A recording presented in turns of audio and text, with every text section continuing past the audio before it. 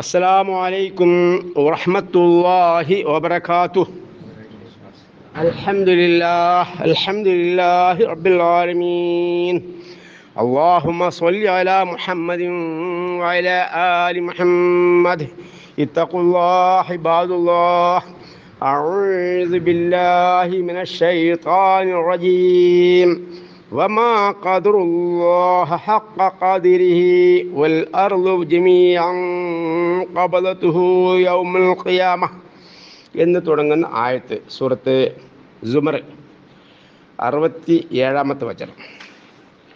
അല്ലാഹു തആല നമുക്ക് നൽകുന്ന ഉപദേശങ്ങളാണ്. അത് നമ്മൾ എന്ത് ചെയ്യണം? അതിൻ്റേതായ ഗൗരവത്തോടു കൂടി തന്നെ പഠിച്ചറിഞ്ഞ് മനസ്സിലാക്കണം. നമ്മൾ മറ്റുള്ളവർ കൂടി മാതൃകളായി ജീവിച്ച് മറ്റുള്ളവർ കൂടി അത് എത്തിച്ചു കൊടുക്കണം. അല്ലാഹു തആല ആവർത്തിച്ച് പറയുന്ന കാര്യമാവുമ്പോൾ നാമും ആവർത്തിച്ച് മനസ്സിലാക്കേണ്ടതുണ്ട്. ബലില്ലാഹ് ഫഅബ്ദുഹു വകുൻ മിനശ് ശാകിരീൻ എന്നാണ് നമ്മൾ കഴിഞ്ഞ ദിവസം വിശദീകരിച്ചത്. തുടർന്നു കൊണ്ട് അല്ലാഹു തആല പറയുന്നു, വമാ ഖദറുല്ലാഹി ഹഖ ഖദരിഹി. അവർ അള്ളാഹുവിന് കൽപ്പിക്കേണ്ട സ്ഥാനം, നിലപാട്, മഹത്വം കൽപ്പിച്ചിട്ടില്ല. ഇൻഷാ അല്ലാഹ് വിശദീകരണത്തിന് വരുന്നുണ്ട്. വൽ അർളു ജമിഅൻ ഖബദതുഹു യൗമുൽ ഖിയാമ. ഖിയാമത്ത് നാളിൽ ഭൂമി മുഴുവനും അവൻ്റെ ഒരു പിടുത്തത്തിലായിരിക്കും. വസ്സമാവാത്ത് മത്വിയാത്തും ബിയമീനി. ആകാശങ്ങൾ വലങ്കയിൽ ചുരുട്ടിപ്പിടിക്കുന്നതുമായിരിക്കും. സുബ്ഹാനഹു, അവനെത്ര പരിശുദ്ധൻ. വതആല, അവൻ അത്യുന്നതനാകുന്നു. അമ്മ യുശ്രികൂൻ, അവർ ശിർക്ക് ചെയ്യുന്നതിൽ നിന്ന്, അവർ പങ്കുചേർക്കപ്പെടുന്നതിൽ നിന്ന് അവൻ എത്ര പരിശുദ്ധനാകുന്നു എന്ന് പറഞ്ഞുകൊണ്ടാണ് ഈ ആയത്ത് അവസാനിപ്പിക്കുന്നത്. അപ്പം നമ്മൾ ഈ കാര്യം, അതായത് എന്തുകൊണ്ട് അള്ളാഹു വഴിയുള്ളവരെ ആരാധിക്കപ്പെടുന്നു, അള്ളാഹു വഴിയുള്ളവരുടെ രക്ഷ ചോദിക്കുന്നു, അള്ളാഹുവിൻ്റെ പ്രവാചകന്മാരോട് പാപവും തേടുന്നു, അവർ നേർച്ചകൾ അർപ്പിക്കുന്നു. എന്തുകൊണ്ട്? അതിന് കാരണമായി കൊണ്ട് അല്ലാഹു തആല പറയാണ്, വമാ ഖദറുല്ലാഹി ഹഖ ഖദരിഹി. അള്ളാഹുവിനെ കണക്കാക്കേണ്ട പോലെ അവർ കണക്കാക്കിയില്ല എന്ന് പറഞ്ഞാൽ നമ്മളെ ഭാഷയിൽ പറയാറുണ്ട്, ഒരു നിലയും വെലും വെച്ചില്ല.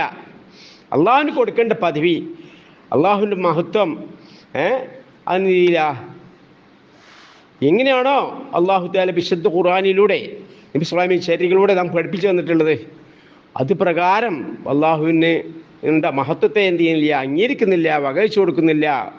അതുകൊണ്ടാണ് ഇത്തരത്തിലുള്ള ആരാധനാ കർമ്മങ്ങൾ അള്ളാഹു വഴിയുള്ളവർക്ക് അർപ്പിച്ച് ശിർക്കിലും വിദേഹത്തിലും എത്തിപ്പെടുന്നത് എന്നുള്ളതാണ് നാം മനസ്സിലാക്കേണ്ടത്. വിശുദ്ധ ഖുർആനിൽ ആവർത്തിച്ച് പറയുന്ന കാര്യങ്ങൾ നമ്മളും എന്ത് ചെയ്യണം? ആവർത്തിച്ച് പറയേണ്ടതുണ്ട്. 13 വർഷക്കാലം നബി സല്ലല്ലാഹു അലൈഹി വസല്ലം നമസ്കാരം പോലും നിർബന്ധമാക്കാനുള്ള കൽപ്പിക്കാതെ അള്ളാഹു കൽപ്പിച്ചില്ല. നബി സല്ലല്ലാഹു അലൈഹി വസല്ലം എന്ത് ചെയ്തില്ല? പഠിപ്പിച്ചു കൊടുത്തില്ല. നബി സല്ലല്ലാഹു അലൈഹി വസല്ലമക്ക് വഹി വന്നത് 13-ാമത്തെ വർഷമാണ്. അതും മറ്റുള്ള എല്ലാ വഹികളും ജിബ്രീൽ അലൈഹിസ്സലാം ആയിരുന്നുവെങ്കിൽ നമസ്കാരം അള്ളാഹു നേരിട്ട് അള്ളാഹുവിൻ്റെ സന്നിധിയിലേക്കാണ് ക്ഷണിച്ചുകൊണ്ടാണ് എന്തുകൊണ്ട് കൊടുക്കുന്നത് 5 വക്ത് നമസ്കാരങ്ങൾ.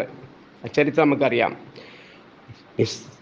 പിന്നീട് ജിബ്രീൽ അലൈഹിസ്സലാം മലക്ക് വന്ന് നമസ്കരിച്ച് കാണിച്ചു കൊടുക്കുകയാണ് എങ്ങനെ നമസ്കരിക്കേണ്ടത് എന്നുള്ളത്. അതിലൊക്കെ നമുക്ക് മാതൃകണ്ട ആ വിഷയത്തിലേക്ക് വരികയല്ല. അപ്പോൾ നമ്മൾ മനസ്സിലാക്കേണ്ടത്, അല്ലാഹു തആല ആവർത്തിച്ച് പറഞ്ഞ കാര്യം നമ്മൾ എന്ത് ചെയ്യുക? ആവർത്തിച്ച് പറയുക, അത് മറ്റുള്ളവർ പഠിപ്പിച്ചു കൊടുക്കുക. അത് ഇല്ല എങ്കിൽ എന്താവുന്നു? അതിന് മടി, നമുക്ക് ഒരു വിഷമം നമുക്ക് തോന്നിക്കൂടാ. ഇത്തരം സദസ്സുകളൊക്കെ ഇരിക്കുന്നത് നമുക്കെന്താണ്? ഗുണകരമായൊരു കാര്യമാണ്. അള്ളാഹുവിൻ്റെ പള്ളിയിലാണ് ഉള്ളത്. അതിൻ്റെ മഗ്ഫിറത്തും റഹ്മത്തിനും വേണ്ടി നമുക്ക് കിട്ടാൻ വേണ്ടി പ്രാർത്ഥിച്ചുകൊണ്ട് മലക്കുകളാണ് നമുക്ക് ചുറ്റുമുള്ളത്. അള്ളാഹുവിൻ്റെ അടുക്കൽ മുഖറബീങ്ങളായ മലക്കുകൾ നമ്മളെപ്പറ്റി, മുഖറബീങ്ങളായ മലക്കളോട് അള്ളാഹു തആല നമ്മളെപ്പറ്റിയുള്ള മഹത്വത്തിന് മേന്മകൾ പറയുന്നു. ആ ഒരു സദസ്സിലാമുള്ളത്. ആ ഒരു ഉദ്ദേശത്തോടു കൂടി ആയിരിക്കണം ഇത്തരം സദസ്സുകൾ നമ്മൾ ഇരിക്കേണ്ടത്. അതോടുകൂടി ഈ ഇത്തരം സദസ്സിൽ കിട്ടുന്ന ആയത്തുകൾ അത് നമ്മൾ എന്ത് ചെയ്യണം? ആവർത്തിച്ച് മനപ്പാടാക്കാൻ പറ്റും. എങ്ങനെ ഇല്ല എങ്കിൽ സന്ദർഭത്തിൽ എവിടെയാണോ അത് പറയേണ്ടത് ആ സന്ദർഭത്തിൽ നിന്ന് പറയണം. വളരെയധികം ചർച്ചകളും കാര്യങ്ങളും ഒക്കെ തന്നെ നടന്നുകൊണ്ടിരിക്കുകയാണ്. നമ്മളിൽ ഉള്ള ഭൂരിപക്ഷം ആളുകൾ, പണ്ഡിത പുരോഹിതന്മാർ അങ്ങോട്ടാണ് ക്ഷണിച്ചുകൊണ്ടിരിക്കുന്നത്. അള്ളാഹു വഴിയുള്ളവർക്ക് നേർച്ച അർപ്പിക്കാൻ, അള്ളാഹു പ്രവാചകൻ സല്ലല്ലാഹു അലൈഹി വസല്ലമയുടെ പാപം തേടാൻ, ഇതേപോലെ അള്ളാഹു വഴിയുള്ളവർക്ക് അവരോട് രക്ഷ അഭ്യർത്ഥിക്കുവാനുള്ള പ്രോത്സാഹനം ചെയ്തുകൊണ്ടിരിക്കുന്നു. അത് ഇസ്തിഹാസയാണ്, അത് തവസ്സുലാണ്. പൂർവ്വന്മാരായി അങ്ങനെ ചെയ്തു വന്നു എന്നുള്ളതാണ് അവരുടെ പ്രമാണം. ഇന്നല്ല ഖുർആൻ ഹദീസ് ഓതിക്കൊണ്ടല്ല, യഥാ ഖുർആൻ ഹദീസ് ഓതിയാൽ അത് ദുർവ്യാഖ്യാനം നടത്തിക്കൊണ്ടുപോകാൻ ചെയ്യുന്നത്. അവർ പ്രമാണം എഴുതിണ്ടാക്കിയിരിക്കുകയാണ്. എന്തിന്? ഇത്തരം അനാചാരം ചെയ്യുവാൻ വേണ്ടി. ആ പ്രമാണത്തിന് പിന്നാലെയാണ് അവരുള്ളത്. ആ പ്രമാണത്തെ അനുസരിച്ച് ഖുർആൻ ഹദീസോ അവരെന്ത് ചെയ്യുന്നത് ദുർവ്യാഖ്യാനം നടത്തിക്കൊണ്ട് സാഹചര്യത്തിലാണ് നമുക്കുള്ളത്. അതുകൊണ്ട് ഖുർആൻ അതിൻ്റെ യഥാർത്ഥ പ്രകാരം എന്ത് ചെയ്യണം? പഠിക്കണം, മനസ്സിലാക്കണം. തഫ്സീറും നാം മനസ്സിലാക്കണം. എന്നിട്ട് ചെയ്യണം? യഥാർത്ഥ മാർഗം അതാണ് പ്രവാചകൻ സല്ലല്ലാഹു അലൈഹി വസല്ലം ചര്യ, അതായിരിക്കും പിൻപറ്റേണ്ടത്. അല്ലാത്ത എല്ലാ മാർഗങ്ങളും പിൻപറ്റിയാൽ വഴിച്ചു പോവും. എത്ര പണ്ഡിത പുരോഹിതന്മാരാകട്ടെ, നമ്മുടെ നേതാക്കന്മാർ തന്നെയാകട്ടെ, ഞാൻ ഏതോ സംഘടനയിലെന്നോ ആ സംഘടന നേതാക്കന്മാരെ ഞാൻ പിൻപറ്റാൻ പാടില്ല. ദീൻ്റെ വിഷയത്തിൽ ദീൻ എങ്ങനെയാണ്, അള്ളാഹിൻ്റെ പ്രവാചകൻ എങ്ങനെയാണ് പഠിപ്പിച്ചെന്നുള്ളത് അതിന് വിപരീതമായി ആര് എന്ത് പറഞ്ഞാലും ശരി, എത്ര പണ്ഡിതന്മാർ പറഞ്ഞാലും ശരി, നമ്മളെ പണ്ഡിതന്മാർ പറഞ്ഞാൽ ശരി, നമ്മളെന്ത് ചെയ്യാൻ പാടില്ല, പാടില്ല. അല്ല സക്തല്ല എന്ന് പറഞ്ഞു 10 ഉപദേശങ്ങൾ നബി സല്ലല്ലാഹു അലൈഹി വസല്ലം നമ്മോട് നൽകുന്നുണ്ട്. അതിൽ ഒരു 5-ാമത്തെ ഉപദേശം എന്താണ്? വയ്യാക്കൽ മാസിയ, അനുസരിക്കണം, സൂക്ഷിക്കുക, അള്ളാഹിൻ്റെ പ്രവാചകനെ അനുസരിക്കട്ടെ. ഫൈന മാസിയ അല്ല സക്തല്ലാ, അള്ളാഹിൻ്റെ കോപ്പിറങ്ങും. മാസിയത്ത് അനുസരിക്കുകയാണ് നമ്മൾ ചെയ്താൽ അള്ളാഹിൻ്റെ കോപ്പിറങ്ങും. കഴിഞ്ഞ ദിവസം ഒരു ഹദീസ് നിങ്ങൾ ഓതി കേൾപ്പിക്കേണ്ടായി. പാപം ചെയ്ത് ഇസ്തിഗ്ഫാർ ചെയ്യുന്നില്ലെങ്കിൽ നിങ്ങൾ മുഴുവനും കൊണ്ടുപോയിട്ട് മറ്റൊരു സമൂഹത്തോട് കൊണ്ടുവരും. അവർ പാപം ചെയ്യും, അവർ ഇസ്തിഗ്ഫാർ ചെയ്യുന്നവരായിരിക്കും എന്ന് പറയാം. പാപം ചെയ്യുക എന്ന് നമ്മളിൽ വരുന്ന പോലെ കാര്യം തന്നെയാണ്. അതെന്ത് ചെയ്യണം? എല്ലാം നമുക്ക് ജീവിക്കാൻ സാധ്യമല്ല. അപ്പം ഈ ഇസ്തിഗ്ഫാർ ചെയ്തുകൊണ്ടായിരിക്കും, ഖേദത്തോടു കൂടിയായിരിക്കണം നാം ജീവിക്കേണ്ടത് എന്നുള്ളതിലേക്കാണ് നിങ്ങൾ ശ്രദ്ധ ഞാൻ ക്ഷണിക്കേണ്ടത്. ഇൻഷാ അല്ലാഹ് ഈ വിഷയ സംബന്ധമായിട്ട് നുസൂൽ ഇത് ഇറങ്ങാനുള്ള ആയത്ത് കാരണം എന്താണെന്ന് സംബന്ധിച്ചുള്ള ചർച്ച നടന്നിട്ടുണ്ട്. ഹദീസിനെ റിപ്പോർട്ട് ചെയ്തിട്ടുണ്ട്. സുദീർഘമാണ്, സൗകര്യമുള്ളവർ നോക്കുക, മനസ്സിലാക്കുക. അതോടുകൂടി ഒരു ഹദീസ് പറഞ്ഞ് ഇൻഷാ അല്ലാഹ് നമുക്ക് അവസാനിപ്പിക്കാം. റസൂലുള്ളാഹി സ്വല്ലല്ലാഹു അലൈഹി വസല്ലം അൽ അഹ്ദു ബൈനനാ വബൈനഹും അസ്സലാഹ്, നാമും അവരും തമ്മിലുള്ള വ്യത്യാസം നമസ്കാരമാകുന്നു. നമസ്കരിക്കുന്നവർ ആരോ അവർ മുസ്ലിം, നമസ്കരിക്കാത്തവൻ കാഫർ. അത് നമ്മൾ ഇസ്ലാമിൻ്റെ അടിസ്ഥാന പ്രമാണമാണ്. പറയാൻ കാരണം നബി സല്ലല്ലാഹു അലൈഹി വസല്ലമ പറയുകയുണ്ടായി, ഒരു സമൂഹം ഇവിടെ വരും, അവരെന്ത് ചെയ്യുന്നു? അവർ നല്ല നല്ല കാര്യങ്ങൾ പ്രവർത്തിക്കും, നമസ്കരിക്കും, നോമ്പ് വെക്കും, ഹജ്ജ് ചെയ്യും, സകാത്ത് കൊടുക്കും, എല്ലാ കാര്യങ്ങളും ചെയ്യും. എന്നിട്ടോ അതോടുകൂടി എന്ത് ചെയ്യുന്നു? മുങ്കർത്തായ അനാചാരങ്ങൾ ചെയ്യും. അങ്ങനെയുള്ള ആളുകളെ കണ്ടു കഴിഞ്ഞിട്ടുണ്ടെങ്കിൽ നമ്മളെന്ത് വേണം? ഫമൻ കരിഹ ഫഖദ് ബരിയ, അവർ വെറുക്കുക. നമുക്ക് എന്താണ് സാധിക്കുന്നത്? ഹൃദയം കൊണ്ട് നമുക്ക് വെറുക്കാനേ സാധിക്കുള്ളൂ. അങ്ങനെ വെറുക്കുക, അപ്പം രക്ഷപ്പെട്ടു. ഒമൻ അങ്കറ ഫഖദ് സലിമ, അവനെന്ത് ചെയ്തു? അതിനെ എതിർത്തു, വെറുപ്പോടുകൂടി നാമുകൊണ്ട് എതിർത്തു, അത് കൈകൊണ്ട് നടന്നു എങ്കിൽ അവൻ രക്ഷപ്പെട്ടു എന്നാണ് നബി സല്ലല്ലാഹു അലൈഹി വസല്ലം പറഞ്ഞു. വലാകിൻ മറലിയ താബ, പക്ഷെ തൃപ്തി കൊണ്ട് പിൻപറ്റിയാൽ അവൻ പരാജയപ്പെട്ടു പോയി. അപ്പോൾ അങ്ങനെ ആയിക്കൂടാ.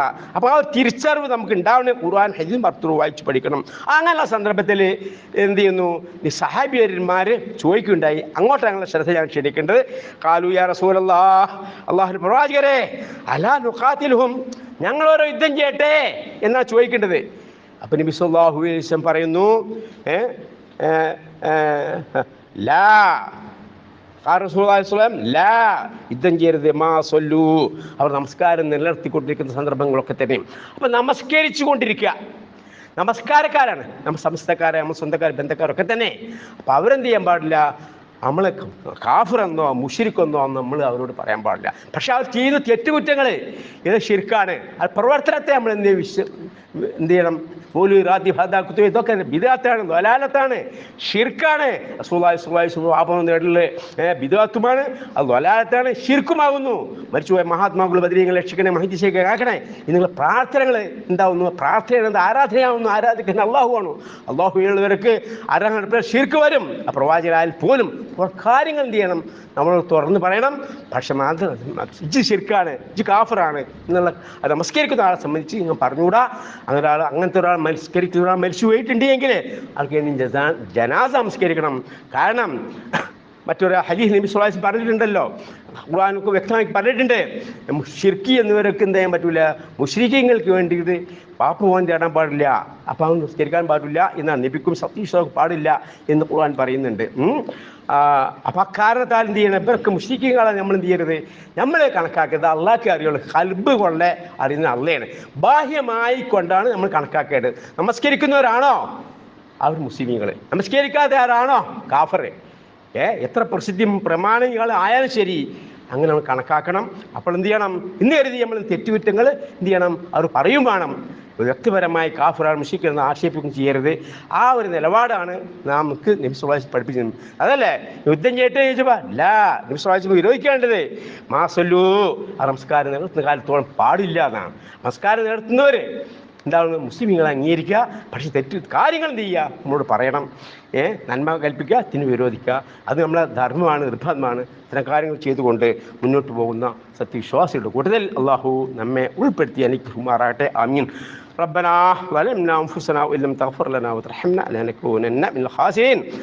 اللهم اغفر للمؤمنين والمؤمنات والمسلمين والمسلمات. اللهم إنا نسألك من خير ما سألك نبيك محمد صلى الله عليه وسلم، ونعوذ بك من شر ما استعاذ منه نبيك محمد صلى الله عليه وسلم. ربنا آتنا في الدنيا حسنة وفي الآخرة حسنة وقنا عذاب النار.